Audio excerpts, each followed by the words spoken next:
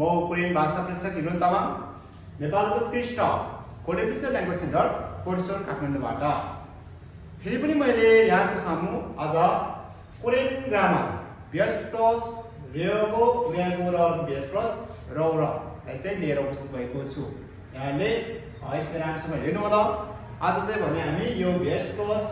रेगो उयागो र अर्को बेस प्लस रौको बारे अध्ययन गर्नेछौँ। विशेष गरी बेस प्लस रेगो उयागो र अर्को बेस प्लस रौलाई चाहिँ हामीले कस्तो अवस्थामा प्रयोग गर्ने हैन कस्तो अवस्थामा चाहिँ प्रयोग नगर्ने भन्ने कुराहरु चाहिँ आज हामी यसको बारे अध्ययन गर्नेछौँ। विशेष गरी कुनै पनि कार्य गर्ने उद्देश्यले कुनै ठाउँमा जाने आउने गरिन्छ अथवा अन्य केही कार्यहरू गरिन्छ भने हामीले त्यतिखेर बेस प्लस रेगो उयागो अर्को बेस प्लस रौलाई प्रयोग गर्नु पर्छ। ओके, यहाँले बोर्डमा हेर्न सक्नुहुनेछ।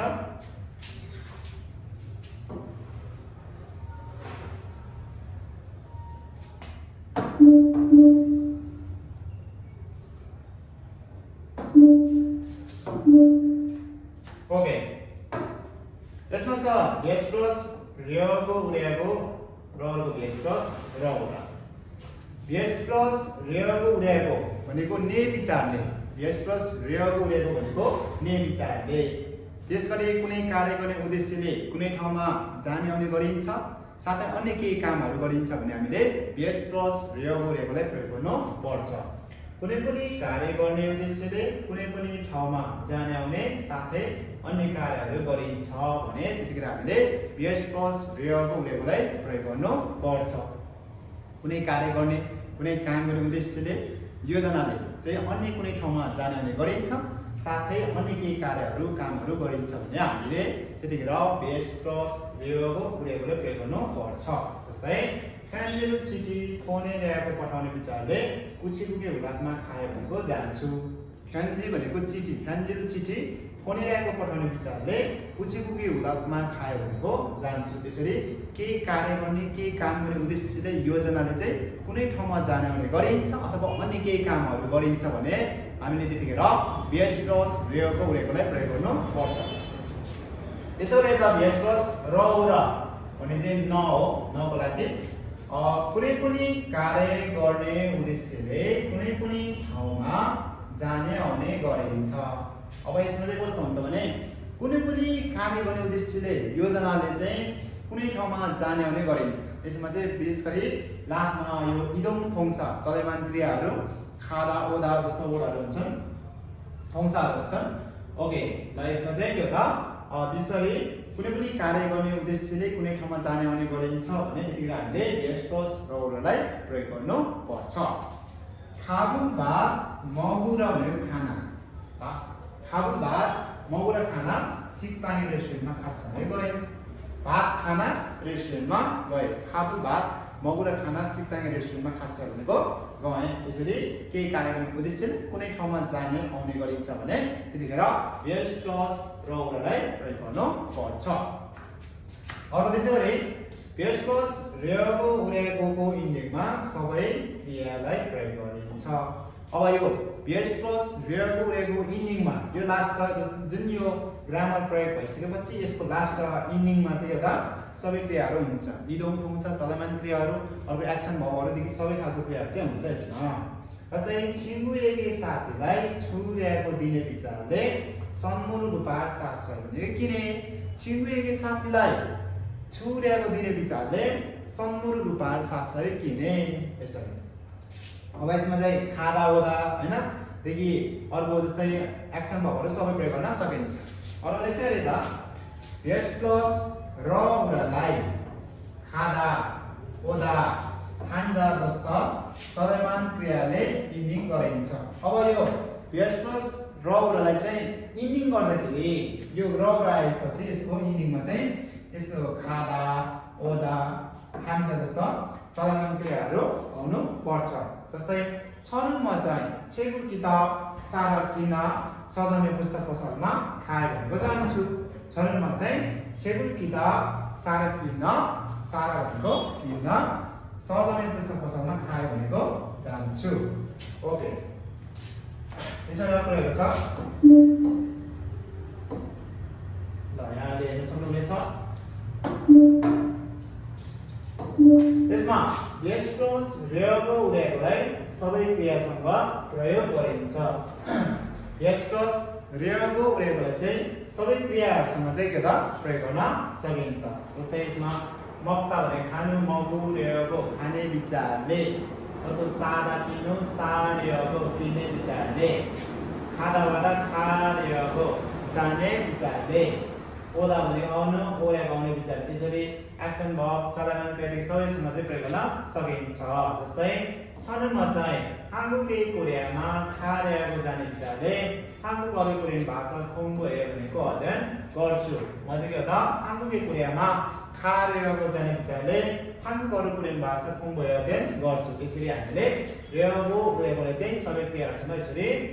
जोड्न सकिन्छ प्रयोग गर्न सकिन्छ भने त्यसैले त बेस प्लस र उडालाई डाइरेक्ट चलायमान क्रियासँग प्रयोग गर्दैन अब र उडालाई चाहिँ के त अन्य फंक्सनहरु क्रियाहरुसँग प्रयोग गरे तापनि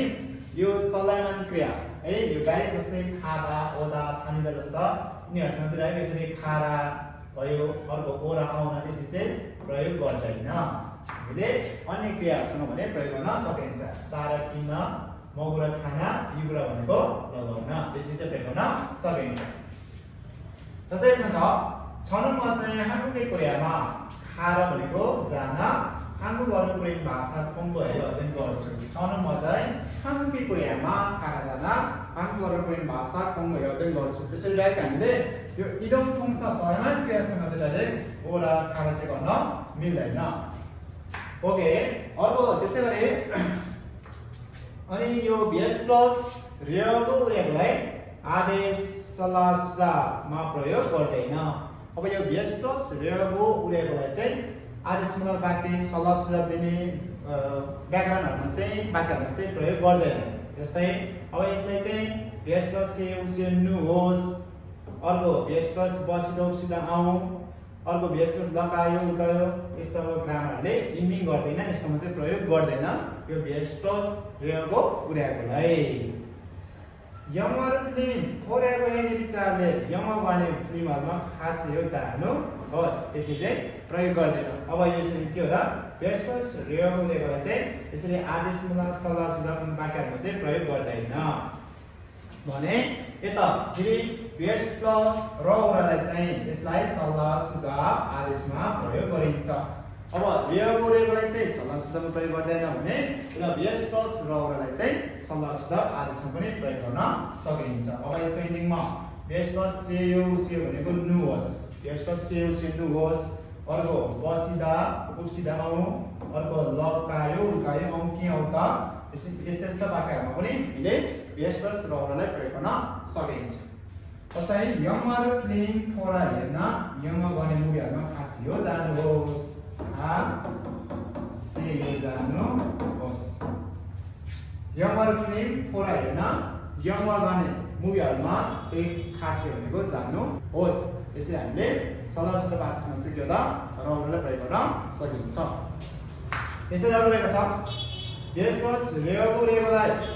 फ्युचर टेन्स मिरेज सिजेमा चाहिँ प्रयोग गर्दैन र पास्ट टेन्स प्रेजेन्ट टेन्समा प्रयोग गरिन्छ अब यो बेस प्लस रेको उडेकोलाई चाहिँ के त फ्युचर टेन्समा प्रयोग गर्दैन र पास्ट टेन्स र प्रेजेन्ट टेन्समा चाहिँ के त प्रयोग गरिन्छ जस्तै सिंगुरु साथीलाई मान्न रेको भेट्ने विचारले कफी